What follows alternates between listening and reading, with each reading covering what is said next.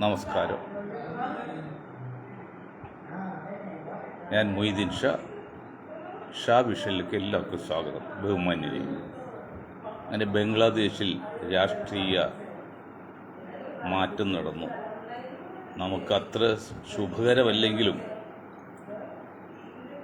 പ്രതീക്ഷ വകയുള്ള ഒരു പ്രസ്ഥാനമായതുകൊണ്ടും India government അവരെ വിളിച്ച് അനുമോദനം അർപ്പിച്ചിരിക്കും. അതുപോലെ കേരള അസംബ്ലിയിലെ ഏറ്റവും ആദ്യം സത്യപ്രതിജ്ഞ ചെയ്തത് റോസമ്മ പുന്നൂസ് എന്ന മഹതിയാണ്. ആ മഹതിയുടെ 13ാമത് ചരമവാർഷിക ദിനമാണ്. നമുക്കൊരു പ്രത്യേക കാര്യം പറയാനുള്ളത്,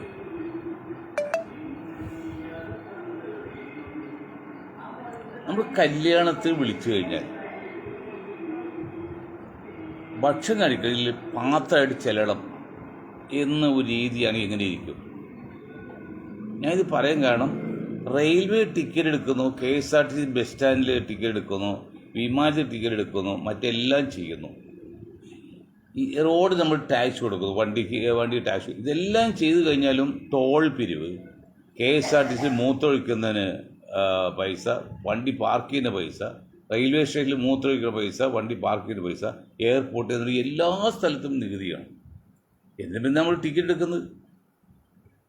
മറ്റൊരു കാര്യം, ഇത് ഒരു വോയിസ് ഓഫ് ജസ്റ്റിസ് എന്ന് പറഞ്ഞ ഒരു മനുഷ്യാവകാശ സംഘടന, ഇത് നീതിയുടെ ശബ്ദമാണ്. നിങ്ങൾ ശ്രദ്ധിക്കേണ്ട കാര്യമാണ്. നമ്മൾ ബിൽഡിംഗ് ടാക്സ് കൊടുക്കുന്നു, ഭൂമിക്ക് കരം കൊടുക്കുന്നു, അതിനുശേഷം വേസ്റ്റ് കൊണ്ടുപോകണമെങ്കിൽ അത് കാശ് പ്രത്യേകം കൊടുക്കണം. പിന്നെ ഈ കോർപ്പറേഷന്, പഞ്ചായത്തിന്, സർക്കാരിൻ്റെ പണിയെന്ത്? എന്തിന് നമ്മൾ ടാക്സ് കൊടുക്കണം? 1 കിലോ പഞ്ചസാര വാങ്ങിച്ചാൽ അതിന് ടാക്സ് വരുന്നുണ്ട്, 1 ലിറ്റർ പെട്രോളിൻ്റെ കാശുണ്ട്. എങ്ങനെ വന്നാൽ സാധാരണക്കാരനായ ഒരു തെണ്ടി പോലും ഇന്ത്യയിൽ 50,000 രൂപ മാസം ടാക്സ് കൊടുക്കണമെന്ന് പറയാം. ഈ സാധനം വാങ്ങിക്കി കൊടുക്കുന്ന ടാക്സ് മിനിമം 50,000 രൂപ.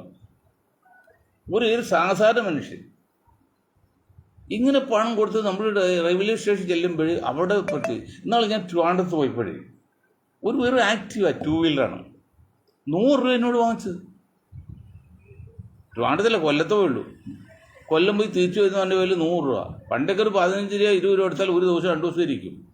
അന്ന് ഏജൻസി കൊടുത്തത്. ഇതിപ്പോൾ റെയിൽവേ നേരിട്ടെടുത്താൽ. ഇപ്പോൾ റെയിൽവേ ചെയ്യുന്ന ഏറ്റവും വലിയ തീവട്ടിക്കൊള്ളാണ്, ഏറ്റവും വലിയ തീവട്ടിക്കൊള്ള. എന്താ പറയുക, ടിക്കറ്റ് ബുക്ക് ചെയ്ത് കിട്ടിയില്ല, ഒരു ഇതുമില്ല, കാശ് പോയി തന്നെ. ആര് ചോദിക്കാൻ, എന്ത് ചോദിക്കാൻ? ഏറ്റവും കൂടുതൽ ജനങ്ങളുള്ള ഒരു സ്ഥാപനമാണ് ഇന്ത്യൻ റെയിൽവേ. ഏറ്റവും കൂടുതൽ തൊഴിലാളികളുള്ളൂ. പണ്ട് നമുക്കറിയില്ല, കേരളത്തിൽ സെക്രട്ടേറിയറ്റാണ് ഏറ്റവും കൂടുതൽ തൊഴിലാളികളുടെ സ്ഥാപനം. അത് ഞാൻ FACT ആയിരുന്നു. ഇപ്പോൾ FACT ഒക്കെ തകർന്നല്ലോ. അപ്പോൾ ഏറ്റവും കൂടുതൽ തൊഴിൽ സ്ഥാപനം, തൊഴിലാളികൾക്ക് തൊഴിൽ കൊടുക്കുന്ന സ്ഥാപനമാണ് ഇന്ത്യൻ റെയിൽവേ. ആ റെയിൽവേയിൽ ഈ പ്രത്യേകിച്ച് BJP ഗവൺമെൻറ് വന്ന ശേഷം അന്യായമാണ്, പിടിച്ചുപറിയാണ്, കൊള്ളയാണ്. ആരെന്ത് ചോദിക്കാൻ? ടിക്കറ്റ് നമ്മൾ ബുക്ക് ചെയ്ത് കഴിഞ്ഞാൽ ഓൺലൈനിൽ ബുക്ക് ചെയ്യാൻ നല്ലത് തന്നെ. പക്ഷെ ചെയ്ത് ഞാൻ ടിക്കറ്റ് കൺഫേം കിട്ടിയില്ലെങ്കിൽ ആ കാശ് പോയി തന്നെ യാതൊരു തിരിച്ചുകളില്ലാണ്. അത് റെയിൽവേ ഈ 20 രൂപ കൊടുത്തതിൻ്റെ സ്ഥാനത്ത് 100, 150, 200 വാങ്ങിക്കാണ്. ഇതൊക്കെ തല്ലിപ്പൊളിക്കേണ്ട സമയം കഴിഞ്ഞിരിക്കുകയാണ്. ഇവിടെ ആരെന്ത് ചെയ്യാൻ? പ്രതിപക്ഷ സ്ഥാനം ഉണ്ടോ ഇന്ത്യയിൽ? കേരളത്തിലുണ്ടോ?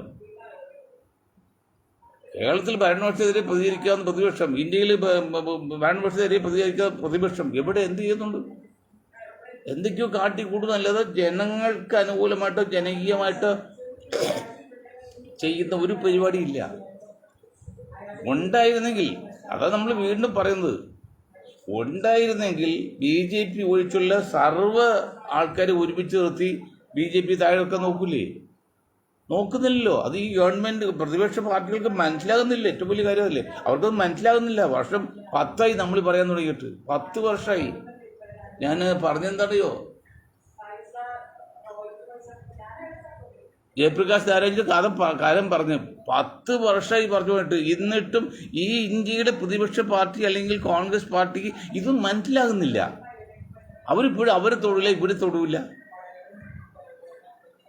എങ്ങനെ പിടിച്ചുള്ള ഇത്രയും ശക്തമായ ഒരു പ്രസ്ഥാനത്തെ, ഒരു സംഘപരിവാർ പ്രസ്ഥാനത്തെ എങ്ങനെ ഈ ചെറിയ സന്നാഹം കൊണ്ട് പിടിച്ചു നിർത്താൻ പറ്റും?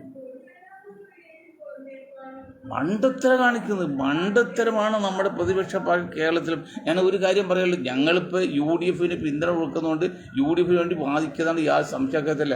പക്ഷേ അത് പറയാൻ കാരണം, ഇപ്പോൾ ട്രിവാൻഡ്രത്ത് കോർപ്പറേഷൻ പിടിക്കാൻ വേണ്ടി നമ്മൾ വിളിതൻ പാർട്ടി ചെന്നില്ലേ, അതുകൊണ്ട് BJPക്ക് ഭരണം കിട്ടില്ലേ? അത് തന്നെയാണ് ഇപ്പോൾ കേരളത്തിലും പിടിക്കുന്നതെന്ന്. എന്നല്ല നമ്മൾ പറഞ്ഞ് അത്ര ഈസി വാക്കോവറല്ല. UDF ജയിക്കാനുള്ള എല്ലാ സാധ്യതയുണ്ട്. പക്ഷെ അത് ഈ നേതാക്കൾ തമ്മിലുള്ള കടുപിടുത്തും മറ്റും കൊണ്ടൊക്കെ പ്രശ്നമാകാൻ സാധ്യത. അവസാന നിമിഷം മാർക്സിസ്റ്റ് പാർട്ടി അല്ലെങ്കിൽ കേന്ദ്ര ഭരിക്കുന്ന കക്ഷികൾക്ക് സപ്പോർട്ട് കൂടി ഓരോ UDF സ്ഥാനാർത്ഥികളെയും പിടിക്കാവുന്നത് കോങ്ങൊക്കെ പിടിച്ച് ഒറ്റപ്പെടുത്തും അല്ലെങ്കിൽ മോശക്കാരനാക്കും. ഉദാഹരണം ഞാൻ മാണി സി കാപ്പൻ്റെ പണ്ടെങ്കും നടന്നൊരു ഒരു അഴിമതി കേസ് അതിപ്പോൾ വിട്ടേക്കാണ്. ഇലക്ഷൻ തലേമാസം അത് ഓരോരുത്തരെയും അത്രയും ഗൗരവം ഗവൺമെൻറ് ഈ പ്രതിപക്ഷ പാർട്ടി കേരളത്തിൽ പോലും ശ്രദ്ധിക്കുന്നവർക്ക് സംശയമാണ്. അവർക്ക് അറിയില്ല, അവർക്ക് മനസ്സിലാകുന്ന ഇപ്പോഴത്തെ ഭരണകക്ഷിയുടെയും കേന്ദ്ര ഗവൺമെൻറ് ശക്തി. ഇപ്പോഴും പടുവൃദ്ധന്മാർക്ക് സീറ്റ് കൊടുക്കാണ്. നിന്ന് ജനങ്ങൾ വെറുത്ത് നാട് വെറുത്ത് അവർ പോലും വെറുത്ത് അവർ കൊടുക്കാൻ നോക്കുകയാണ് ഓരോ കാരണന്മാർക്കും. യുവതലമുറക്ക് പുതുമുഖങ്ങൾ കൊടുക്ക്, എല്ലാ വിഭാഗത്തിലും ജനസംഖ്യക്ക് ആര്യവാദിയോട് കൊടുക്ക് എന്നൊക്കെ പറഞ്ഞ് അതൊന്നും നോക്കാതെ കോരി പല രീതിയിലും കൊടുത്തുകൊണ്ടിരിക്കുകയാണ്. അവസാനം റിസൾട്ട് വരുമ്പോഴാണ് ഡൽഹി പോയി, ബീഹാർ പോയി, UP പോയി, ആസാം പോയി, മധ്യപ്രദേശ് പോയി, എല്ലാ സംസ്ഥാനങ്ങളും പോയില്ലേ. നിങ്ങളൊരു കാര്യം മനസ്സിലാക്കണം, അത് പറയാതിരിക്കാൻ വയ്യല്ലോ. കാരണം ഡൽഹിയിൽ ഒറ്റക്ക് നിന്ന് കഴിഞ്ഞാൽ അതിൻ്റെ ദൂഷ്യം ആർക്കാ? BJPയാണ് ഗുണം എന്നുള്ളത് മനസ്സിലാക്കാൻ നമ്മുടെ പ്രതിപക്ഷ പാർട്ടികൾക്ക് പറ്റിയില്ലെങ്കിൽ ആ പ്രതിപക്ഷ പാർട്ടികൾ എങ്ങനെയാണ് ഈ BJP താഴെ ഇറക്കുക? കാരണം കോൺഗ്രസ് മത്സരിച്ച് ജയിച്ചാൽ വോട്ടിൻ്റെ ശതമാനം നോക്കിയാണല്ലോ. അത് പകുതി വോട്ടുണ്ടെങ്കിൽ അവിടെ BJPക്ക് അല്ലെങ്കിൽ കോൺഗ്രസ് ഉൾപ്പെടെ മുന്നണിക്ക് ഭരിക്കായിരുന്നു. അത് സമ്മതിച്ചില്ല. അതിൻ്റെ പുറകിലൊക്കെ ഉരുൾപൊട്ടി ആരോപണം അഴിമതിയൊക്കെ ഉണ്ടെന്നേ. ഇത് പറയാതിരിക്കാൻ പറ്റില്ല. ഇത് പറഞ്ഞില്ലെങ്കിൽ ഞങ്ങൾ രാജ്യം നശിച്ചു പോകും. ഓരോ ജനഹിതമല്ലാത്ത നിയമങ്ങൾ ഉണ്ടാക്കി ഇന്ത്യ മഹാരാജ്യം ജനങ്ങളെയും കഷ്ടപ്പെടുത്തിക്കൊണ്ടിരിക്കുക. പ്രതിപക്ഷ പാർട്ടികൾക്ക് എന്താ കുഴപ്പം? അവർക്ക് പാർട്ടി അംഗീകൃത രാഷ്ട്രീയ പാർട്ടിയിലെ അവർക്ക് ഫണ്ടുകൾ വിഷയമുണ്ടോ? ജനങ്ങളെ കഷ്ടപ്പെടുന്നു ജനങ്ങൾ. കേരളത്തിലെ അവസ്ഥ, ഇന്ത്യയിലെ അവസ്ഥ അതല്ലെങ്കിൽ എൻ്റെ ശബ്ദം കേൾക്കുന്ന ജനങ്ങളെ, സുഹൃത്തുക്കളെ, എൻ്റെ കവി ഫിനിഷിംഗ് ഒക്കെ കുഴപ്പമില്ലല്ലേ? അല്ല, ഫിനിഷ് അടി കാണും, നമ്മൾ ഞെക്കിയിട്ടില്ല, ഞെക്കണ്ടല്ലോ, ഞെക്കിയാലേ പോളൂ. അപ്പോൾ അതായത് എന്നിട്ട് എന്തേ നമ്മൾ ചെയ്യുന്ന കാര്യങ്ങൾ മനസ്സിലാക്കാത്തത്? ഏത് നിലക്കും എങ്ങനെയാണ് ഈ പ്രതിപക്ഷ പാർട്ടികൾ ഇന്ത്യയിൽ, കേരളത്തിൽ ഈ ഇത്രയും ശക്തമായ ഭരണകൂട ഭീകരത, ഭരണകൂട വർഗീയത, ഭരണകൂട ഫാസിസമൊക്കെ താഴെ ഇറക്കാൻ പറ്റുന്നത്? മനസ്സിലാകുന്നില്ല കാര്യങ്ങൾ കിടപ്പ്. സ്ഥാനാർത്ഥി നിർണയത്തിൽ ഇതാണ് കോമൺ നമ്മുടെ ഇത്. അപ്പോൾ കാര്യങ്ങൾ കുറച്ചുകൂടി ഗൗരവത്തിൽ ചിന്തിക്കണം, കുറച്ചുകൂടി ആഴത്തിൽ പ്രവർത്തിക്കണം. അതല്ലെങ്കിൽ അപകടമാണ് പറയുന്നത്. ഡൽഹിയിൽ കളഞ്ഞ പോലെ കേരളത്തിലെ സ്ഥിതി മറച്ചല്ല, ഈസി വാക്കോറൊന്നുമില്ല. കാരണം മുസ്ലിം ലീഗ് ഉൾപ്പെടെയുള്ള ഒരു ഭരണം കേരളത്തിൽ വരാതിരിക്കാൻ വേണ്ടി സംഘപരിവാർ മാത്രമല്ല, ഭരണകൂടം മാത്രമല്ല, കേന്ദ്ര ഗവൺമെൻറ് മാത്രമല്ല, ഇസ്രായേൽ ലോബി ഉൾപ്പെടെ, അമേരിക്കയിലെ ചില വിങ് ഉൾപ്പെടെ കോൺഗ്രസിലെ തന്നെ അപൂർവം ചെറിയ പോക്കറ്റും കൂടി ശ്രമിക്കണമെന്നാണ് പറഞ്ഞത്. രഹസ്യാന്വേഷണം ഇപ്പോൾ പറഞ്ഞത് ഞങ്ങൾക്കിട്ട് രഹസ്യ അന്വേഷണത്തിൽ നിന്ന് കിട്ടുന്നത് കോൺഗ്രസിലെ അപ്പോൾ ചെറിയൊരു കോൺഗ്രസ് പെട്ട് ചെറിയ ചെറിയൊരു വിങ്ങാണ്. അവർക്ക് വേണമെങ്കിൽ പോയിക്കോട്ടെ എന്നുള്ളതുകൊണ്ട് അത് മനസ്സിലാക്കണം. ഇത് നമ്മൾ മനസ്സിലാക്കിയിട്ട് വേറൊരു കാര്യമുണ്ട്, അതൊരു ഞാൻ പറഞ്ഞ് നിർത്താം കൂടുതൽ. അതായത് നമ്മുടെ മുഖ്യമന്ത്രി കരുണാകരജിയുടെ മകൻ വിളിയത് ഓക്കെ അങ്ങനെ വരുന്നത്, അത് ശരി പത്മജയെ കൊണ്ടുവന്ന് ആ സർവ്വഭാവര വിഭൂഷിതയായിട്ട് ആ KTDC ചെയർമാനൊക്കെ ആക്കി കാണിച്ചേക്കല്ലോ.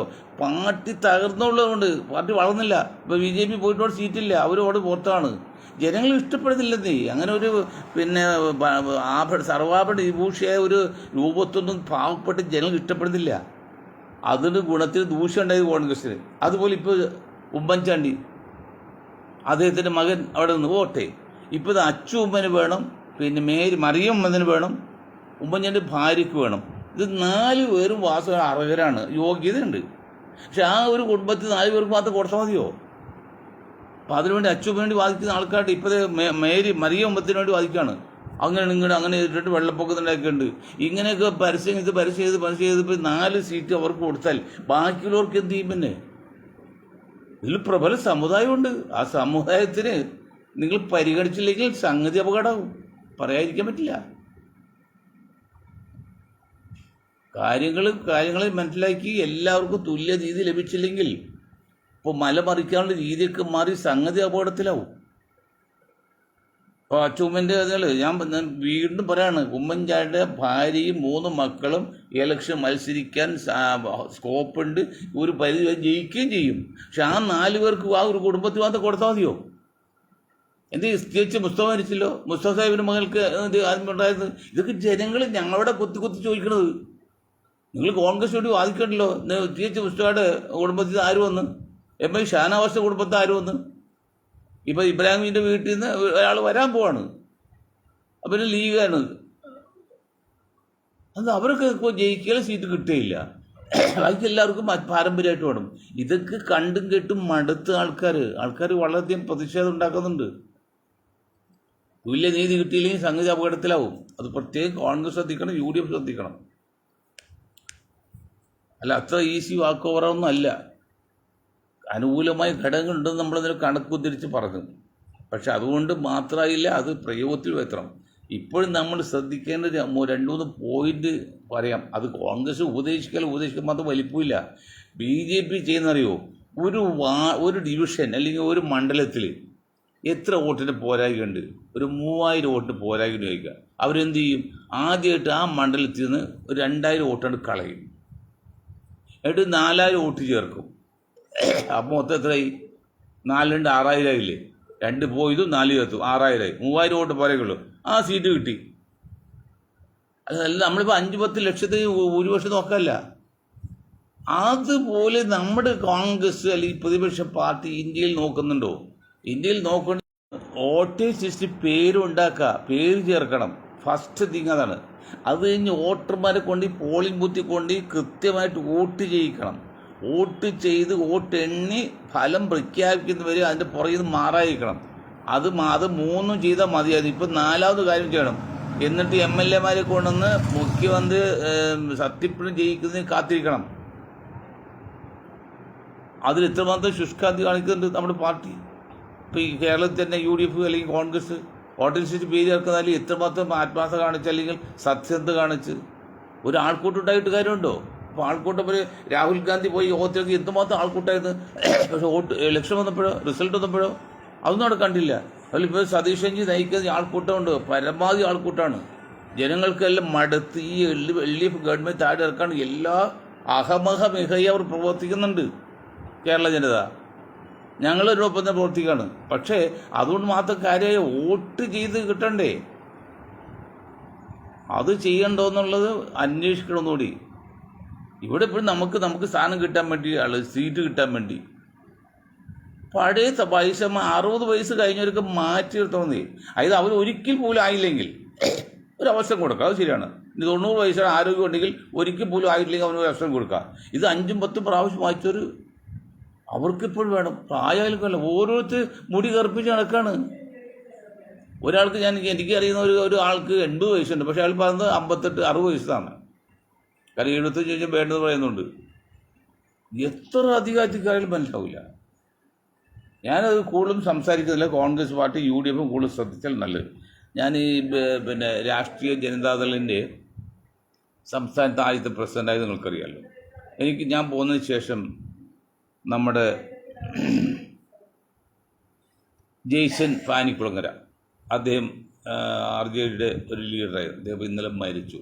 അദ്ദേഹത്തിന് ആത്മാവിന് നിത്യശാന്തി തന്നുകൊണ്ട് ഇന്നത്തെ പരിപാടി നമ്മൾ നിർത്താണ്. നിങ്ങൾക്ക് എല്ലാവർക്കും ഒരായി നന്ദി. ജയിക്കുന്നു.